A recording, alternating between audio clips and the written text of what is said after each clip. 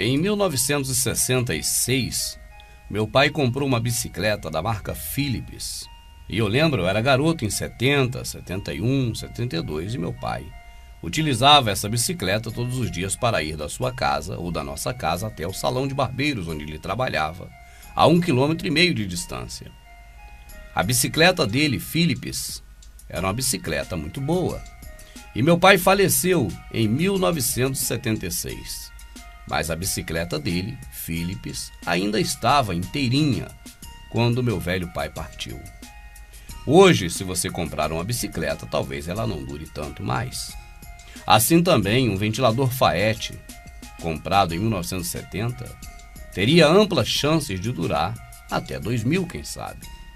Mas um ventilador comprado já nos anos 90 dificilmente chegaria até 99.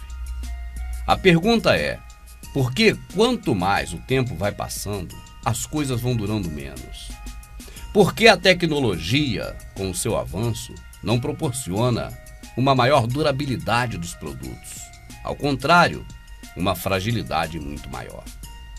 Se os cientistas trabalham para descobrir as coisas que são favoráveis a gente, por que será que, no que diz respeito ao consumo, eles não se preocupam tanto e fazem com que os produtos a cada dia se tornem mais baratos? O que nós nos esquecemos e não paramos para pensar é que todos os objetos já foram a natureza. E se os objetos mais antigos duravam mais, significa dizer que deveriam ser feitos menos processos de transformar matéria-prima em bem de consumo, em lixo. Também, da mesma forma, de transformar meio ambiente em detritos. Mas hoje as coisas você sabe que são muito aceleradas e se aceleram a cada dia. Os aparelhos são feitos para durar cada vez menos. E eu pergunto a você, isso é por acaso?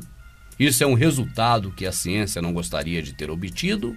Ou isso é tudo planejado? Se você nunca se preocupou em saber sobre essas coisas, eu digo a você que isso é de vital importância, porque a redução populacional, ela vai ocorrer e ela tem tudo a ver com o processo de industrialização dos bens que são hidrominerais, que são naturais, em lixo. E esse processo cada vez se acentua mais.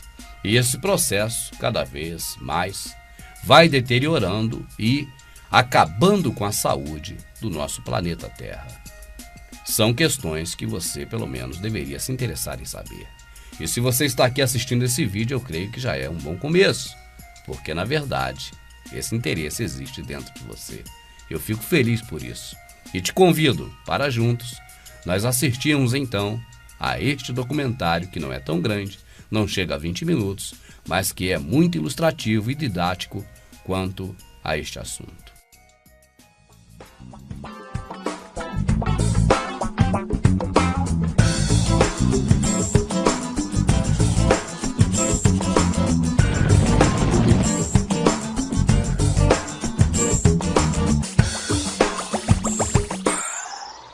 Você tem um desses? Eu fiquei obcecada pelo meu. Na verdade, fico um pouco obcecada por todas as minhas coisas. Você já parou para pensar de onde vêm todas as coisas que compramos? E para onde vão quando jogamos tudo fora? Eu não conseguia parar de pensar nisso, então fui pesquisar. E o que descobri é que as coisas obedecem a um sistema. E o sistema é constituído de extração, produção, distribuição e disposição. Isso tudo junto é chamado de economia dos materiais. Bem, eu pesquisei mais um pouco. Na verdade, passei 10 anos viajando pelo mundo, pesquisando de onde vêm nossas coisas e para onde vão. E sabe o que eu descobri? Que essa não é toda a história. Tem muita coisa aqui faltando explicação. E de fato, o sistema parece estar bem, sem problemas. Mas a verdade é que o sistema está moribundo. E o motivo pelo qual ele está moribundo é porque é um sistema linear e nós vivemos num planeta finito. E não tem como se operar um sistema linear em um planeta finito. A cada passo do caminho, esse sistema está interagindo com o mundo real. Na vida real, o sistema não está acontecendo em uma página em branco. Está interagindo com sociedades, culturas, economias e meio ambiente. E neste caminho, eles barram limites. Limites que não vemos aqui porque o diagrama não está completo. Então voltaremos ao início, completaremos as lacunas e vamos ver o que está faltando. Bem, uma das coisas mais importantes que faltam aqui é pessoas. Sim, pessoas. Pessoas vivem e trabalham ao longo de todo esse sistema. E algumas pessoas neste sistema têm valor mais elevado que as outras. Algumas têm um pouco mais de poder. Quem são? Bem, podemos começar com o governo. Algumas pessoas me disseram que eu deveria aqui usar um tanque para representar o governo, já que uma boa parte das taxas pagas vão para o armamento das Forças Armadas. Mas prefiro usar uma pessoa para simbolizar o governo, porque acredito na visão e nos valores de que o governo deveriam ter. Deveria ser do povo, pelo povo e para o povo. É dever do governo cuidar da gente, tomar conta de nós, é obrigação deles. E aí aparece a empresa privada. E eis a razão pela qual a empresa privada parece maior e mais poderosa que o governo. E realmente é muito maior que o governo. Das 100 maiores economias do mundo, agora 51 são empresas privadas. E como as empresas privadas têm crescido em tamanho e poder, temos visto pouca mudança no governo. O governo agora está mais preocupado em garantir os privilégios das grandes empresas do que de nós. Então vamos ver o que mais está faltando neste quadro. Começamos pela extração. Extração é uma palavra elegante para dizer exploração dos recursos naturais, o que se torna uma palavra elegante em relação a devastar o planeta. Isso é, a gente corta as árvores, explodimos montanhas para pegar metais lá de dentro. Nós usamos toda a água e exterminamos todos os animais. Então aqui vamos direto de encontro ao nosso primeiro limite. Estamos acabando com nossos recursos, estamos usando coisas demais. Eu sei que isso pode ser difícil de se ouvir, mas é a verdade, temos que lidar com isso. Apenas nas 3 últimas décadas, 1/3 dos recursos naturais do planeta já foram consumidos, desapareceram. Nós estamos cortando e extraindo minerais e carregando, e estragando este lugar muito rápido. Assim estamos deteriorando a própria capacidade do planeta de ter gente morando aqui. Nos Estados Unidos, restam menos de 4% das florestas originais. 40% da água americana não é mais potável. E o grande problema não é apenas que estamos usando coisas demais, mas que estamos usando mais do que a nossa parte. Nós temos 5% da população mundial, mas consumimos 30% dos recursos naturais e criamos 30% de lixo mundial. E se todo o planeta consumisse ao nível dos Estados Unidos, precisaríamos de 3 a 5 planetas Terra. E pare para pensar, temos apenas um planeta Terra. Então a resposta americana é simplesmente ir e pegar os recursos dos outros. Este é o terceiro mundo. É uma palavra especial para dizer que, de alguma maneira, foram parar na terra dos outros. E o que na verdade é isso? A mesma coisa, depredar o lugar. 75% dos peixes do mundo já estão exauridos. 80% das florestas originais do planeta desapareceram. Apenas no Amazonas estamos perdendo 2.000 árvores por minuto, equivalente a 7 campos de futebol por minuto. E o que acontece com as pessoas que vivem aqui? Bem, de acordo com esses caras, eles não são donos desses recursos. Mesmo se estiverem morando lá por gerações, eles não são donos dos meios de produção. Eles não vão para o terceiro mundo para comprar, mas para pegar. Mas quanto a você, se não possui ou compra ou muita coisa, você não tem valor algum. E o próximo passo, os materiais vão para a produção. E o que acontece ali é que usamos energia. A energia mistura químicos tóxicos com os recursos naturais para fazer produtos tóxicos. Mais de 100.000 químicos sintéticos são usados no comércio hoje.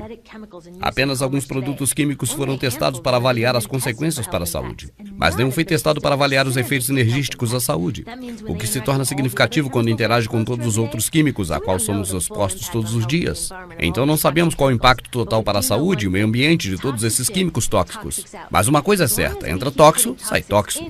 Enquanto continuarmos colocando tóxicos dentro do nosso sistema industrial de produção, vamos continuar tendo tóxicos para coisas que trazemos para dentro de nossas casas, locais de trabalho e escolas. E surpresa, nossos corpos. Como os retardantes de chama bromados. Eles são químicos que fazem as coisas resistirem mais ao fogo, mas são super tóxicos. São neurotoxina tóxica para o cérebro. O que estamos fazendo usando um químico desses?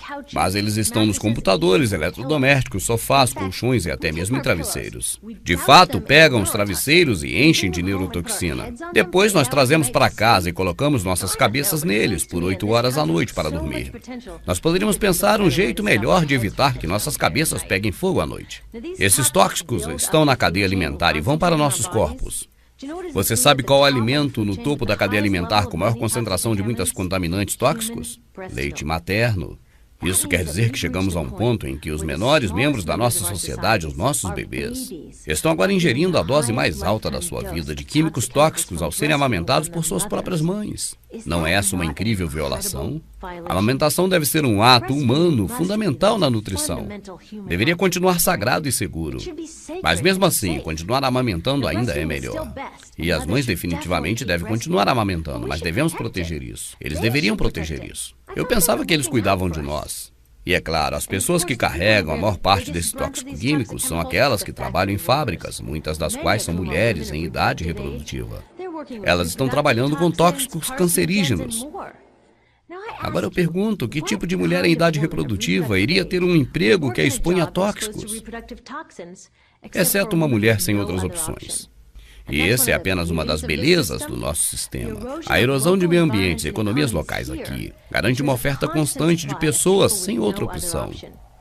Globalmente, 200 mil pessoas por dia estão se mudando do campo que os sustentaram por gerações e estão indo para as cidades. Muitos para viver em favelas, procurando trabalho, não importa quão tóxico o trabalho possa ser. Então veja você, não são apenas recursos que são desperdiçados nesse sistema, mas as pessoas também. Sim, entra tóxico, sai tóxico. E muitos tóxicos saem das fábricas nos produtos. Mas uma quantidade maior ainda sai enquanto os produtos são feitos. A poluição.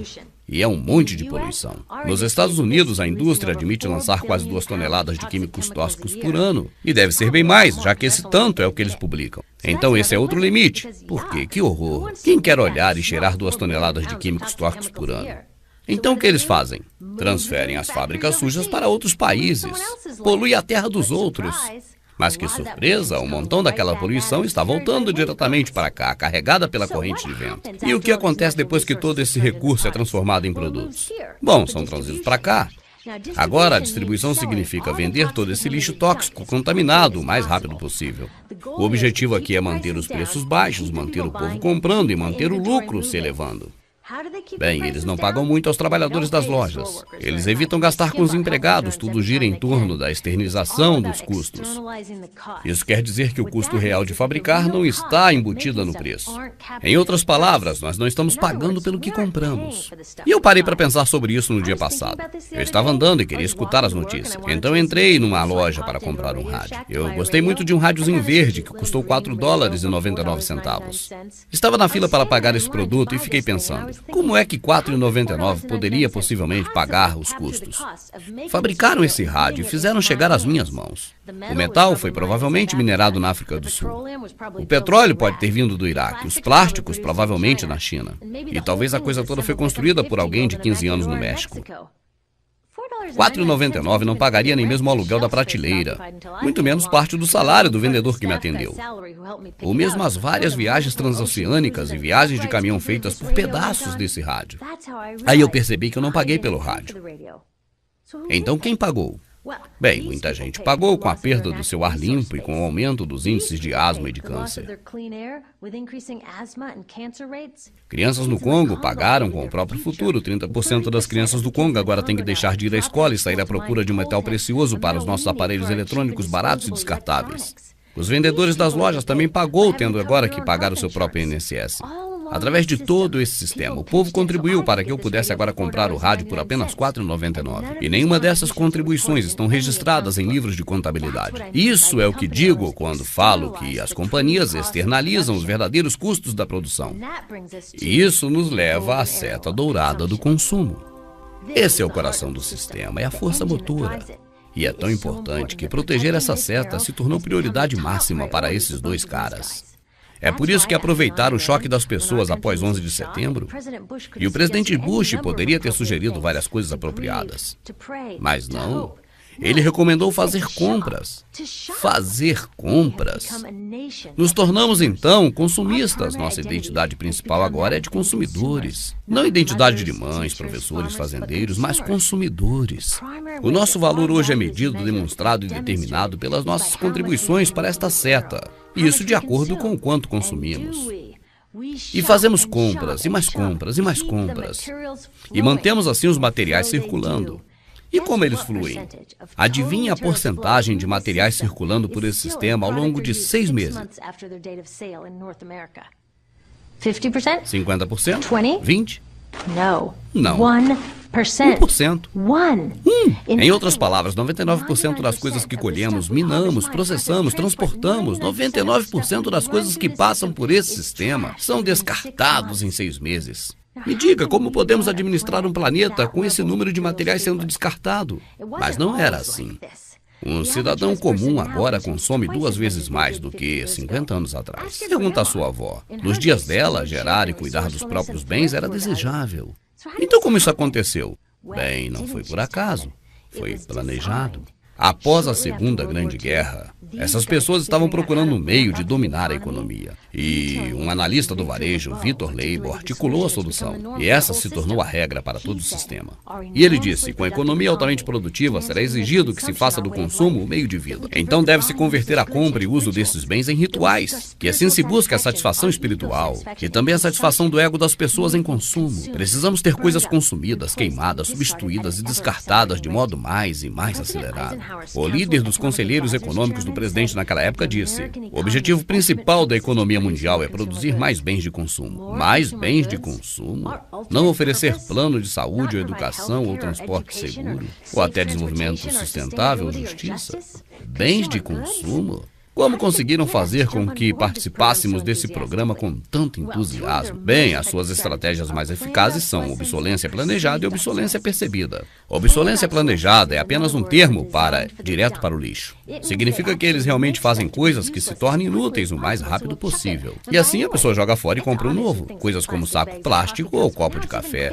Mas agora, rodos, DVDs, câmeras, até mesmo churrasqueiras, tudo, até computadores. Você já percebeu que quando compra um computador hoje, a tecnologia muda tão rápido que apenas em 2 anos torna-se um aparelho de empecilho à comunicação? Eu fiquei curiosa sobre isso. Aí eu abri um grande computador de mesa para ver o que havia lá dentro e descobri. Aquele pedaço que muda todo ano é apenas uma pequena peça no canto. Mas você não pode mudar apenas aquela peça, porque cada nova versão traz um formato diferente. Então você tem que jogar tudo fora e comprar um novo. Quando a obsolência planejada estava pegando na moda, os desenhistas são realmente muito claros sobre isso. Eles realmente discutem como fazer coisas que quebrem o mais rápido possível. Mas mesmo assim ainda devem oferecer alguma fé no produto ao consumidor. Isso para que o consumidor então decida comprar um novo. E é tudo intencional. Mas as coisas não quebram com a velocidade necessária para manter essa seta amarela viva. Então há também a obsolência percebida. A obsolência percebida nos convence a jogar fora coisas que são perfeitamente úteis. Como conseguem fazer isso? Bem, eles mudam a aparência das coisas. Então, se você comprou alguma coisa 2 anos atrás, e já que a maneira pela qual demonstramos nosso valor é contribuindo para essa seta, pode até ser vergonhoso. Olha, por exemplo, eu tenho o mesmo monitor gigante, ele está na minha mesa por 5 anos. Minha colega de trabalho agora tem um computador novinho. Ela tem um monitor fininho, brilhante, elegante. Combina com seu computador, combina com seu telefone, até mesmo com um porta-canetas. Ela parece estar operando uma central de nave espacial. E eu pareço ter uma máquina de lavar na minha mesa. Moda é um outro excelente exemplo disso. Você já quis saber por que os saltos dos sapatos femininos mudam a cada ano de grossos para finos e de finos para grossos? Não é porque existe um debate sobre que tipo de estrutura de salto alto é a mais saudável para os pés das mulheres. É porque usar saltos grossos em um ano de saltos finos mostra para todo mundo que você não tem contribuído para aquela seta amarela. Então você não tem tanto valor quanto aquela pessoa que está com salto fino ao seu lado ou provavelmente em algum anúncio de TV. Propaganda e a mídia, de modo geral, desempenham um papel fortíssimo em tudo isso. Nós vemos mais anúncios em um ano do que pessoas há 50 anos atrás viam durante toda a sua vida. Qual é o objetivo de um anúncio a não ser de nos fazer ficar infelizes com o que temos? Então 3.000 vezes por dia nos dizem que nosso cabelo está errado, nossa pele está errada, nossa roupa está errada, nossa mobília está errada, nossos carros estão errados, nós estamos todos errados, mas que tudo pode ser consertado, basta comprarmos. E a mídia contribui para camuflar tudo isso e tudo isso. Então a única parte desse sistema que a televisão nos mostra é a seta amarela, o consumismo. Extração, produção, descarte acontecem fora do nosso campo de visão. E assim nós temos então mais coisas hoje do que antes. Mas as pesquisas mostram que a felicidade das pessoas está na verdade declinando. Nossa felicidade nacional subiu muito nos anos 50, ao mesmo tempo em que essa mania de consumo explodiu. Uma interessante coincidência. Eu acho que sei por quê. Nós temos mais coisas, mas nós temos menos tempo para as coisas que realmente nos fariam felizes. Amigos, família, lazer. Estamos trabalhando mais do que nunca e nós temos menos tempo de lazer agora do que na sociedade feudal. E você sabe quais são as duas principais atividades a que nos dedicamos durante o nosso pouco tempo de lazer? Ver TV e fazer compras. A cada ano se gasta mais de 3 a 4 vezes mais horas fazendo compras do que antes. Então estamos nessa situação ridícula. Devemos trabalharmos e voltamos para casa, estamos exaustos. Nos jogamos no sofá, assistimos TV, só para ouvir os comerciais dizerem você não presta. Então vamos ao shopping, compramos algo para sentir melhor. Aí você tem que trabalhar mais para pagar as coisas que você acabou de comprar. Então você volta para casa e está ainda mais cansado. Então você se senta e assiste mais TV, que te manda ir de volta ao shopping center. E nós estamos nesse impulso de trabalhar, assistir, gastar, quando poderíamos parar. E no final, o que acontece com todas as coisas que compramos? Com esse nível de consumo, as coisas não cabem em nossas casas, mesmo que a casa seja grande. Então vai tudo para o lixo. E isso nos leva para o descarte das coisas. Esta é a parte da economia de materiais. E nós até percebemos porque temos que carregar o lixo para a calçada. Cada um de nós produzimos mais de 2 quilos de lixo por dia. Isso é o dobro do que produzíamos há 30 anos atrás. Todo esse lixo é descartado no aterro sanitário, que é apenas um buraco gigante no chão. Ou, se você está mesmo azarado, primeiro o lixo é incinerado e aí jogado no aterro. De uma forma ou outra, ambos poluem o ar, a terra, a água e, não esqueçam, mudam o clima. Incinerar é um mau negócio. Lembra-se dos tóxicos lá atrás na fase de produção? Bem, queimar o lixo lança mais tóxicos no ar. E ainda pior, cria novos supertóxicos, como a dioxina. A dioxina é a substância mais tóxica feita pelo homem de que a ciência tem conhecimento. Incineradores é a fonte principal de dioxina. Quer dizer que poderíamos parar a fonte principal da substância mais tóxica feita pelo homem. Para isso, bastaria parar de queimar lixo. E poderíamos parar com isso hoje. Mas algumas empresas não querem gastar com a construção de aterros sanitários e incineradores. Pelo menos aqui nos Estados Unidos. Então eles exportam lixo também. E quanto à reciclagem? Reciclar ajuda? Reciclagem nunca será suficiente, por duas razões. Primeiro, o lixo saindo de nossas casas é apenas a ponta do iceberg. Para cada lata de lixo que você coloca na calçada, 70 latas de cheia foram produzidas caminho acima. Apenas para produzir o lixo que está naquela lata única que você colocou na calçada. Assim, mesmo que pudéssemos reciclar 100% do lixo que sai de nossas casas, não resolveria o problema. Além de que nem todo lixo pode ser reciclado. Ou porque contém tóxicos demais, ou porque é desenhado de cara para não ser reciclado. Como, por exemplo, as caixinhas de suco, que têm camadas de metal, papel e plástico. Elas estão todas comprimidas, você nunca poderá separá-las para a verdadeira reciclagem. Veja você, é um sistema moribundo por todos os lados. Estamos encontrando limites. Desde a agressão ao meio ambiente, ao declínio da felicidade, simplesmente nada está funcionando. E agora nós sabemos como as coisas acontecem, como o sistema capitalista do nosso planeta vem devorando cada vez mais rápido os nossos recursos naturais. Podemos então por aí avaliar e perceber o motivo pelo qual eles têm vindo para o Brasil. Porque aqui ainda é o Shangri-La, aqui ainda é o país das maravilhas dos recursos naturais. E eles já acabaram com muitos outros. Estão prontos agora e conseguindo, infelizmente, também acabar com o nosso país. Agora que você já sabe de tudo isso, a pergunta óbvia é: que situação estamos, hein? O que devemos fazer? E a resposta, embora não seja muito agradável, mas é simples. A resposta para nós é: não tem jeito. Para os Illuminati seria outra. Os Illuminati têm uma solução para eles neste problema. Estão prontos para reduzir a população mundial. Isso não significa para eles, de forma nenhuma, exterminar seus escravos e ter menos escravos para servi-los. Não. Isso significa para eles repartir o pouco que resta do planeta com menos pessoas. A visão nossa equivocada pode dizer: eles não são idiotas de matar os seus escravos e ficar sem seus serviçais.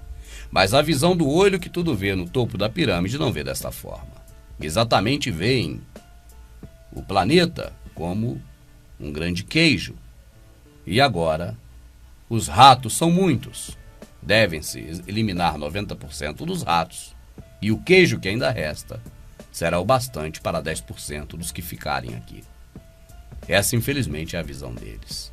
E para nós, a alternativa que resta seria qual? Será que conseguiremos transformar o mundo? Será que conseguiremos convencer a mídia, o sistema de governo, o sistema educacional, o pessoal da ONU? Será que conseguiremos remover tudo isso? Será que até mesmo, simplesmente conseguiremos fazer com que o gado queira ouvir isso, saber disso? Será que alguém tem poder para mobilizar o gado contra isso? Ou será que o gado vai preferir taxar todos quantos falarem sobre essas coisas como loucos? Assim, a alternativa que nos resta é a melhor de todas. É a nos preparar para a próxima, porque essa já era. Nós temos promessas de que um dia ele irá voltar. E ele foi nos preparar lugar. E onde ele está, nós também podemos estar com ele. Assim, todo vídeo que nós fazemos, seja ele qual for, sobre os Illuminati ou não, o objetivo final é, por A mais B, mostrar para você que todos os caminhos aqui neste mundo estão bloqueados. A única saída é a melhor delas. É a próxima. É morar no lar preparado com seu sangue pelo nosso Salvador. Porque se eu não creio em nada do mundo e não creio, esteja certo de uma coisa: nas coisas do meu Salvador eu creio e muito.